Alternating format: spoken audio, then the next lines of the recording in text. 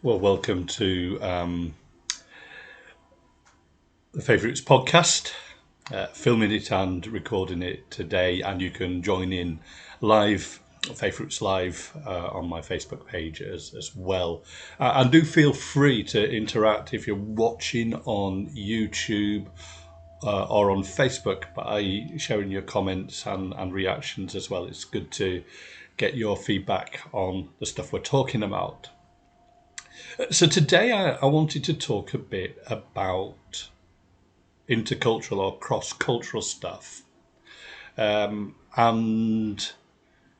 about things to do with how we share our faith with people from other religions. So we're going to think a bit about mindsets, we're going to think about culture, and we're going to think about how that relates to different religions, different religious views. Why are we doing that? Why is that important? Well, if you're watching in, I'm going to stick up a slide. And for those of you that are listening, I'll talk through, when I put slides up, I'll talk through that as slowly as possible. And I might even put the slides up on the blog as well later in the week. But why is it important? Why are we talking worldviews and mindsets and culture? What has that got to do with us as Christians as we're concerned to share our faith with our neighbours around us? Well,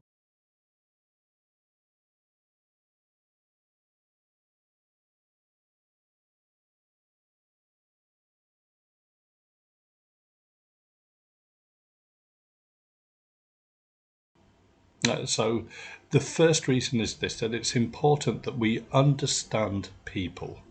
As we seek to share the good news, we want to know where they're coming from, what makes them tick, what's important to them. We want to understand why people behave and interact the way they do, why they believe and say the things that they do. Secondly, because being aware of other cultures and worldviews and mindsets helps us to be more alert to the blind spots within our own culture and our own thinking. It will help us to see, particularly where we've become used to thinking that something, a way that we do things, a thing that we believe, something we say, that where we've become used to seeing those things as crucial and central and driven by our faith, that they may well actually be cultural and need to be challenged by God's word as well.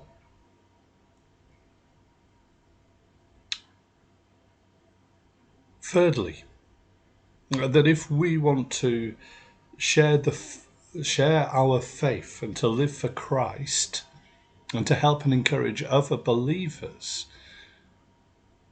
then it's important to recognize that in a multicultural society, that there are other believers and churches and church leaders and planters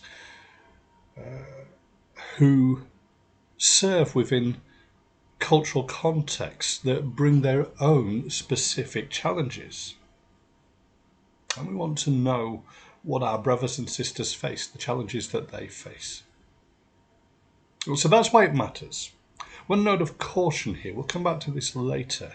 When we talk about worldviews, and particularly when we talk about religious worldviews, it's easy to go and look at what a particular religion officially believes. And we can do that. But sometimes, in fact, often, what a particular individual believes and how they live may not be consistent with the official ideology. And it's worth, when talking to people, asking them not just what does your religion believe or what does your worldview teach, but what do you personally think and how do you personally live? So this matters. I currently live and work in the West Midlands, and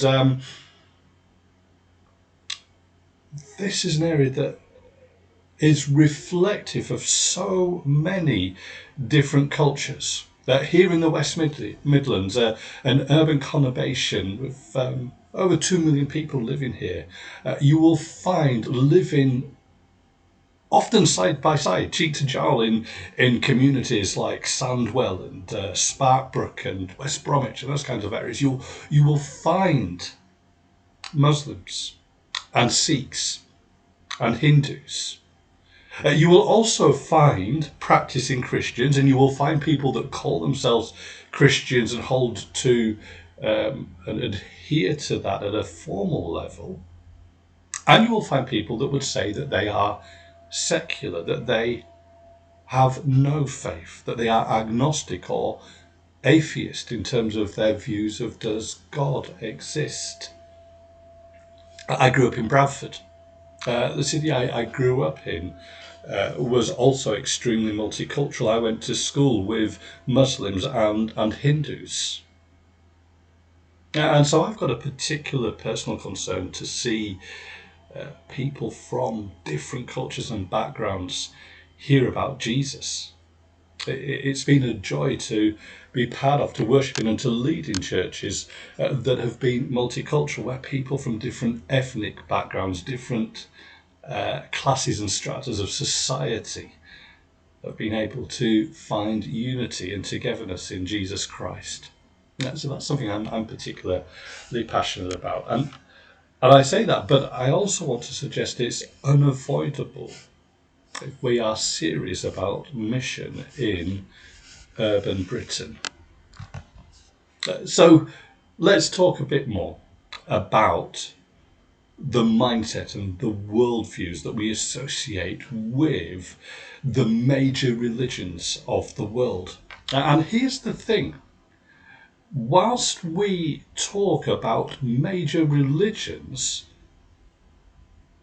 and whilst we might identify those different religions, in fact,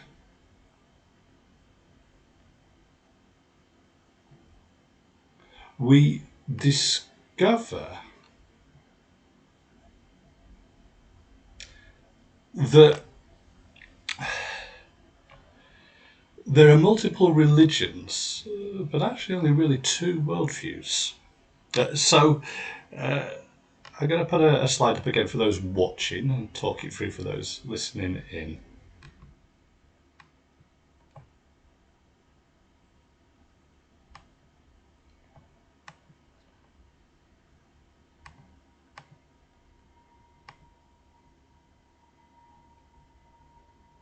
And I do apologise for those listening in. I had a bit of a technical. I apologise to everyone who does watching in, particularly a bit of a technical hitch in terms of what came up there. But don't worry too much about it. Here on this slide, I've said that whilst there are multiple religions, we only actually have two worldviews. So when we think about the world religions, we think about Islam and Hinduism, Buddhism, Sikhism, Judaism, Christianity, and I would also add secularism to the list. Those are the big major faiths. You probably learnt about them at school. So Islam is the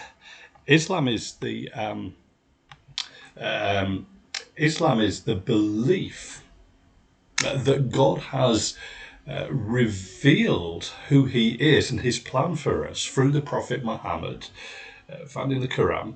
The word Islam has the idea of submission, that we submit to Allah, the true divinity.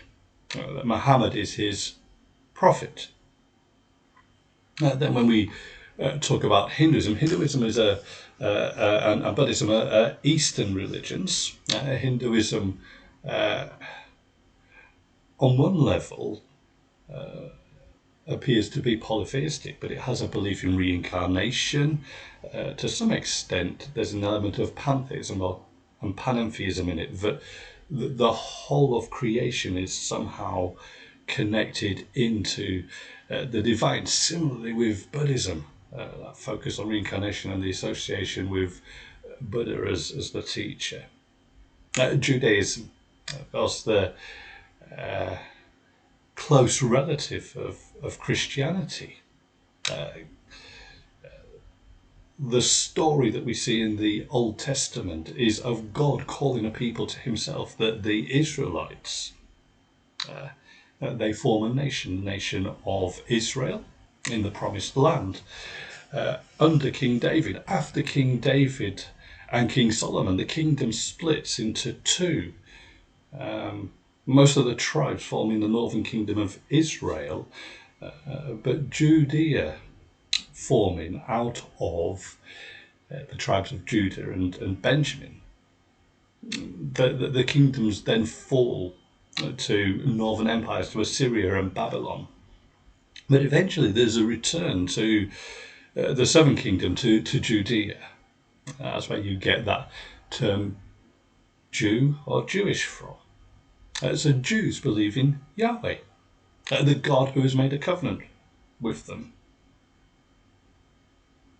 And then there's Christianity, and it's worth saying that there is both what we would understand in terms of a personal faith, a belief in Jesus Christ, and a formal religious philosophy with practices and traditions.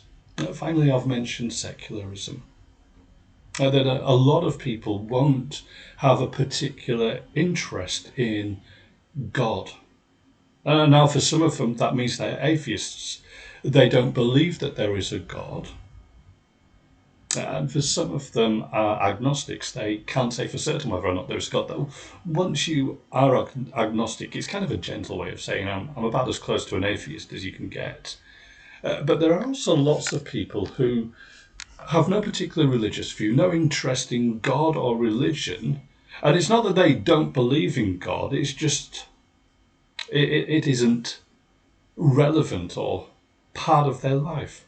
We sometimes talk about them as the nones. So what I've said is that you've got all of those different major world faiths, but also we can argue that whilst we've got those different faiths, there are actually only the two worldviews. And you can believe in one of those religions, but actually, whether or not you're a Muslim or a Hindu or a Buddhist or a Sikh, in effect, you are holding to one of these two fundamental foundational beliefs, that you either believe that if there is anything divine that we might describe as God in some way, that it is distant, impersonal, not really knowable, and that the world around us is here by accident. Or you believe in the transcendent, immanent God who is personal and knowable and wants to know us, and his intentional creation.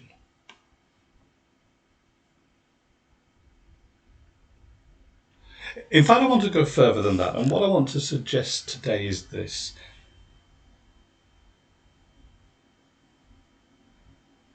That all faith views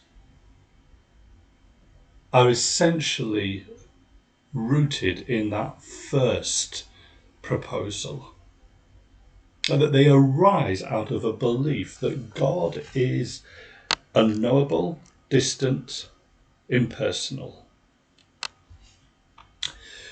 What I mean by that is that if you go right back in history, you'll discover that ancient civilizations and ancient societies had stories, myths, traditions about origins. And most of those stories have a particular theme in common. That there is some kind of greater, eternal entity, divinity if you like, but that it is spirit and that it is unknowable. So a lot of those early religious beliefs were essentially dualistic. They believed that if there was a material world, that it was distinct and different from the spirit world.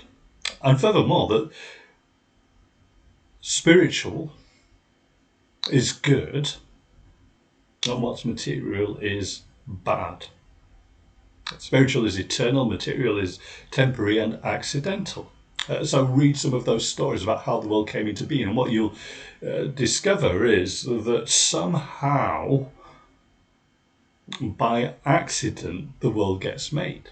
A lot of them involve stories about gods going to war with each other, fighting each other, killing each other, and in some cases making the world out of the dead bodies of the defeated gods. So this world is the accidental byproduct of something else. In fact, we can put up a diagram to show what that looks like.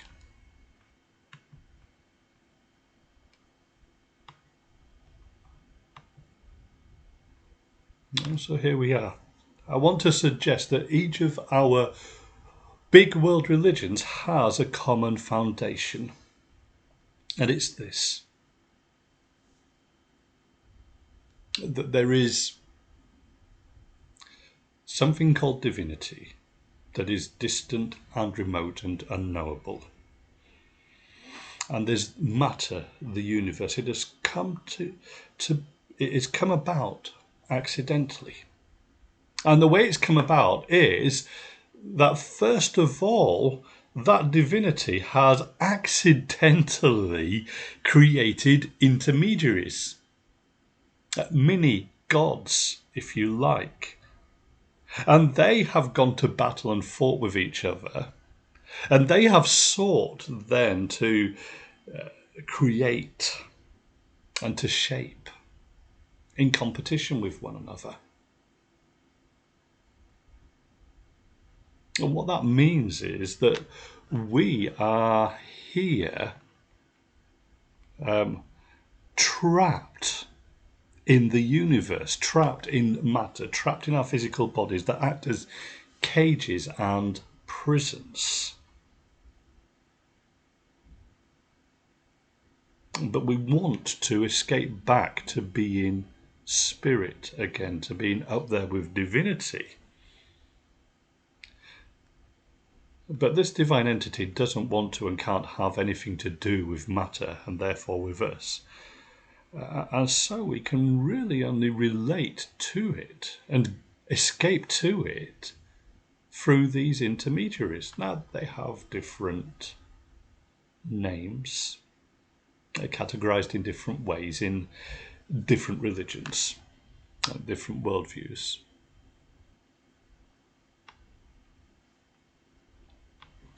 So to give you a couple of examples, the story that I've particularly told is one that we would associate with Gnosticism. Gnosticism was a kind of mixture of Christian beliefs and ancient Near Eastern religion that grew up around about sort of the 2nd, 3rd century AD, and that there are glimpses of that in terms of the heretics, the false teachers that people like Paul and Peter and James have to oppose in the New Testament.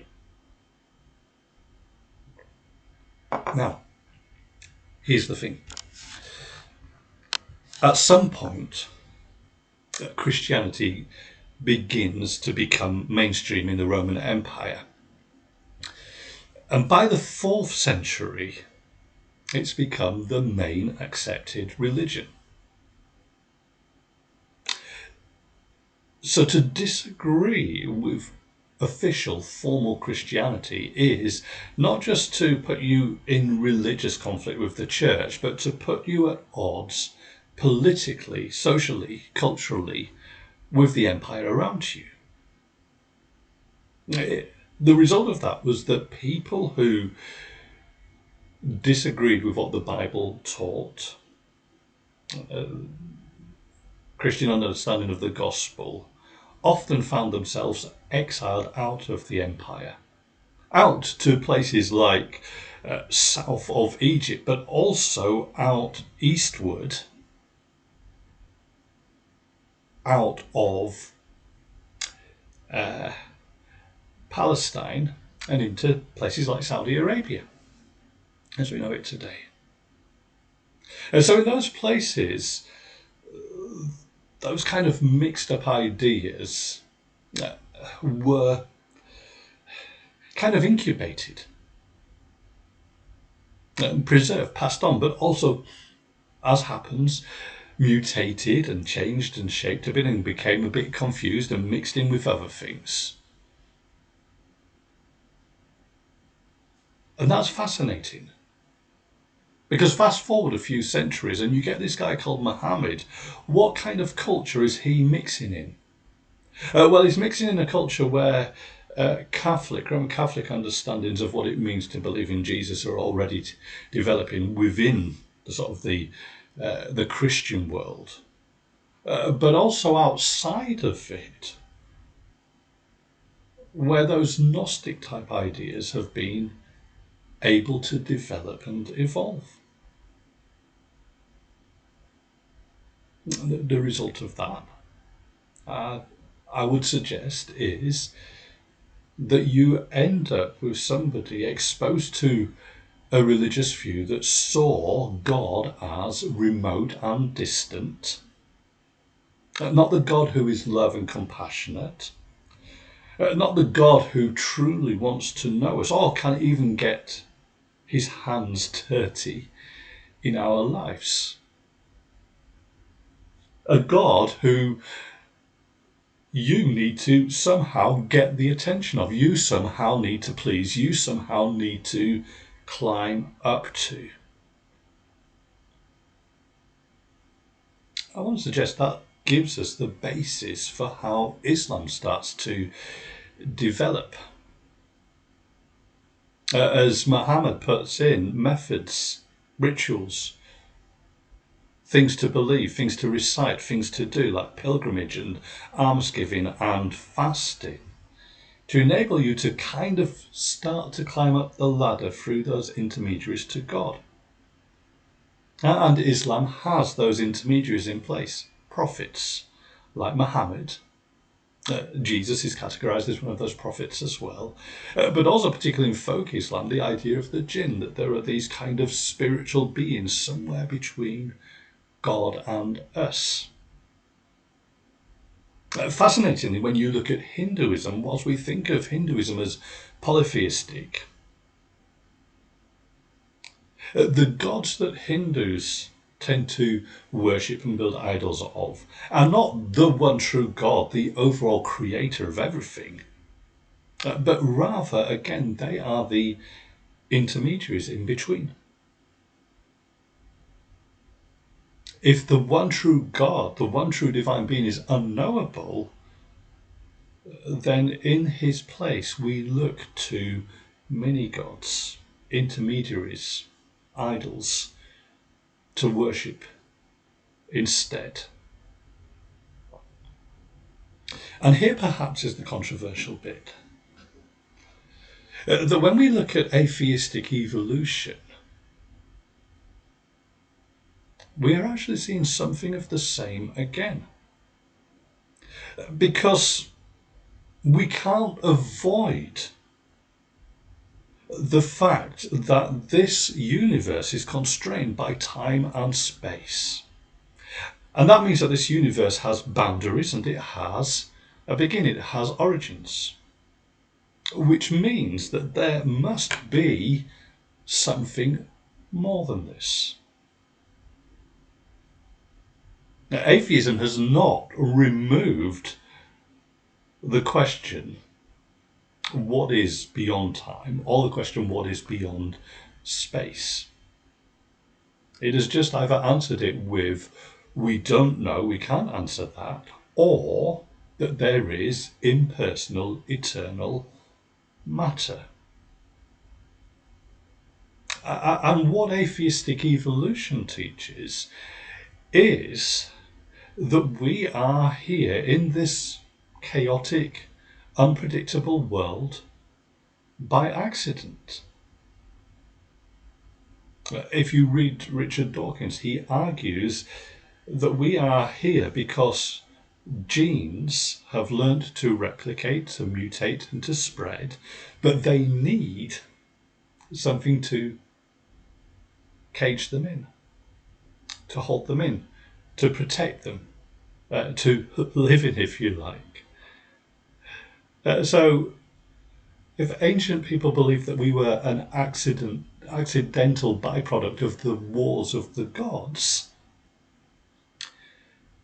atheistic evolution teaches us that we are the accidental byproduct of genetic survival. So different religions, but actually a common worldview behind them. And that common worldview has implications. Because what it means is that if you hold to that worldview, we are basically alone in a chaotic world. And that's a dangerous and frightening place to be.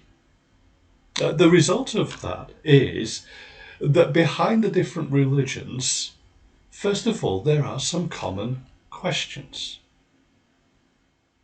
So there are common questions.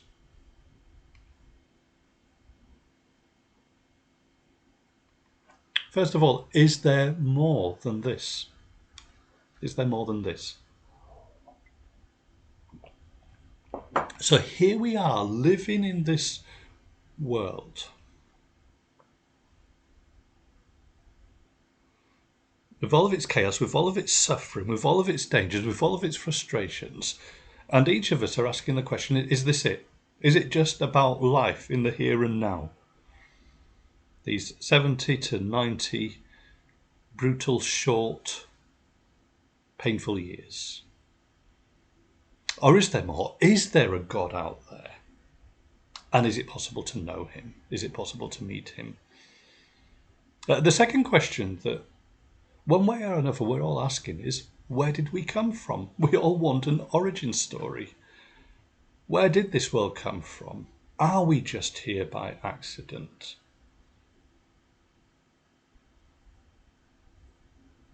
And the third question that we're asking is, who then am I? What does it mean for me to exist? Am I just accidentally here? Do I have purpose?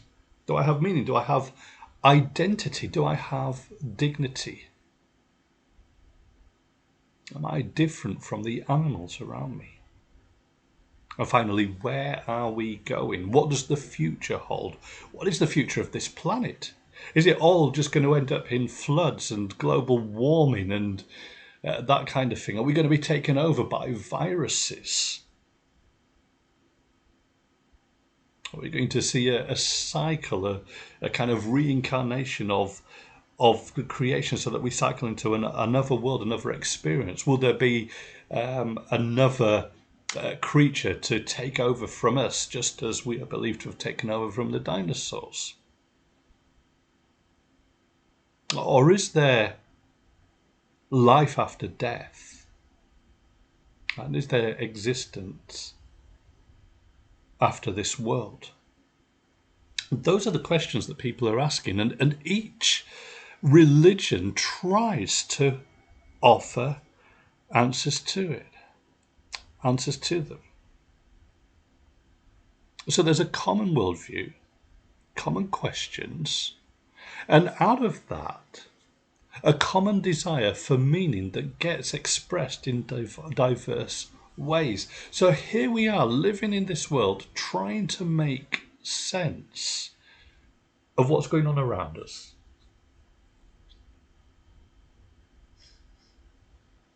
And we try to do it through ritual and religious practice. We try to do it through devotion to our scriptures, religious texts that have been passed down to us. And we try to do it through our attempts to control and shape the world around us. Whether that is the attempt by Islamic State to create a caliphate, an Islamic kingdom, to bring everybody under Islam, submitted to Allah, or whether that is through attempts by secularists today to try and rescue our world from climate change. We are constantly seeking to control and shape the world around us. And finally, through seeking to show love and hospitality, to welcome and to care for others. By the way, I think this is fascinating because when we're thinking about multiculturalism, we tend to act as though what that means is there are lots of different cultures out there, and we have to try and find some commonality between them, and to provide for each of the different cultures. And we tend to think of Western white culture as being the main culture and everything else is divergent from it. Yet when we look at history and when we look at geography, we, white Western people, are actually the minority. We are the aberration, if you like, from the norm. Where we tend to be a bit cold and a bit insular, if we're honest about ourselves. Other cultures are naturally warm and hospitable. We are the odd ones out.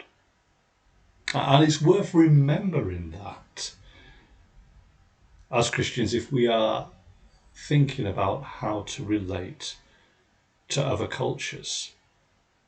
Our belief in individualism, that each of us is an island completely autonomous, is fairly unique to us.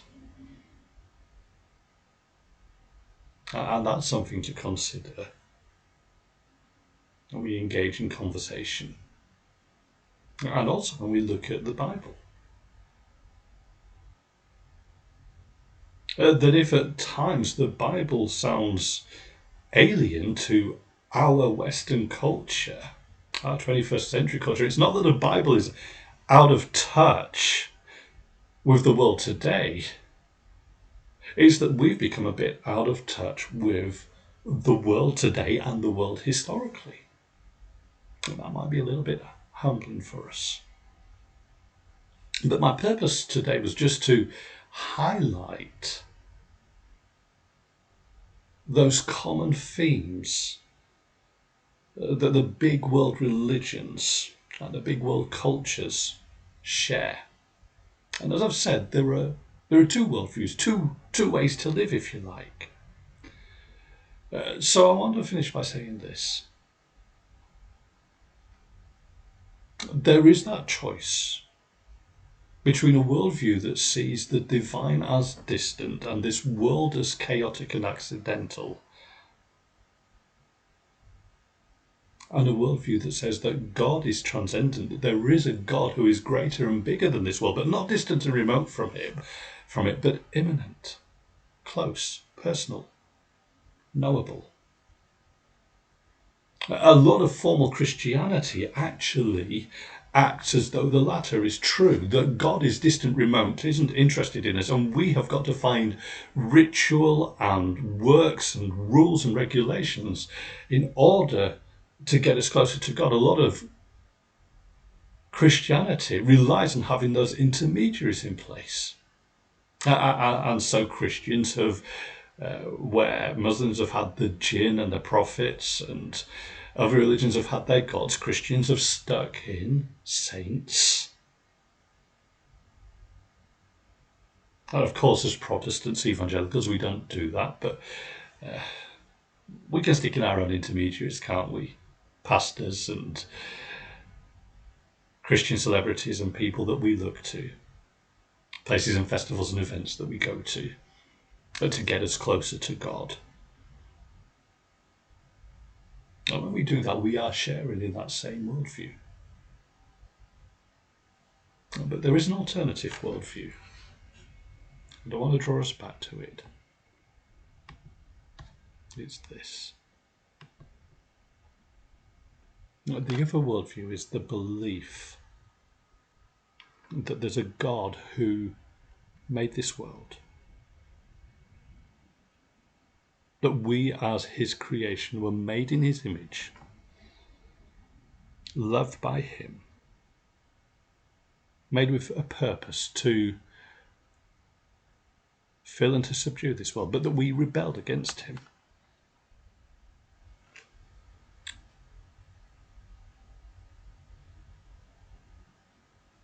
And so that worldview takes us to the cross, where instead of us needing to find our way back to God through the intermediaries, God himself stepped in. God became the mediator, the intermediary, if you like. God stepped in close in the person of Jesus and took our place on the cross, dying for our sin, bringing us forgiveness. The one worldview says that if there's anything divine, it's unknowable, and it's up to us if we want to try and get up there to get as close as possible. The other worldview says that there is a God who is love, and he has chosen to draw near to us. We're coming into Christmas, and we're going to be particularly celebrating that God draws close. And I want to encourage you to see in that message good news that both challenges and questions and confronts the underlying mindset, the underlying worldview of this world around us, represented by all the religions. It challenges us as well, but also offers hope, also offers the possibility that those big questions, is there more than this? Yes, there is. There's a God who loves you. Where did I come from? Where God made me. Who am I? I'm made in his image, a sinner rebelling against him, but also receiving new life and forgiveness in him. Where are we going? Oh, we're going to be with him in his new creation. So as well as challenging and confronting this world, the gospel, that other worldview, offers hope and shows how those questions can be answered and the deep longing of all can be fulfilled in Christ.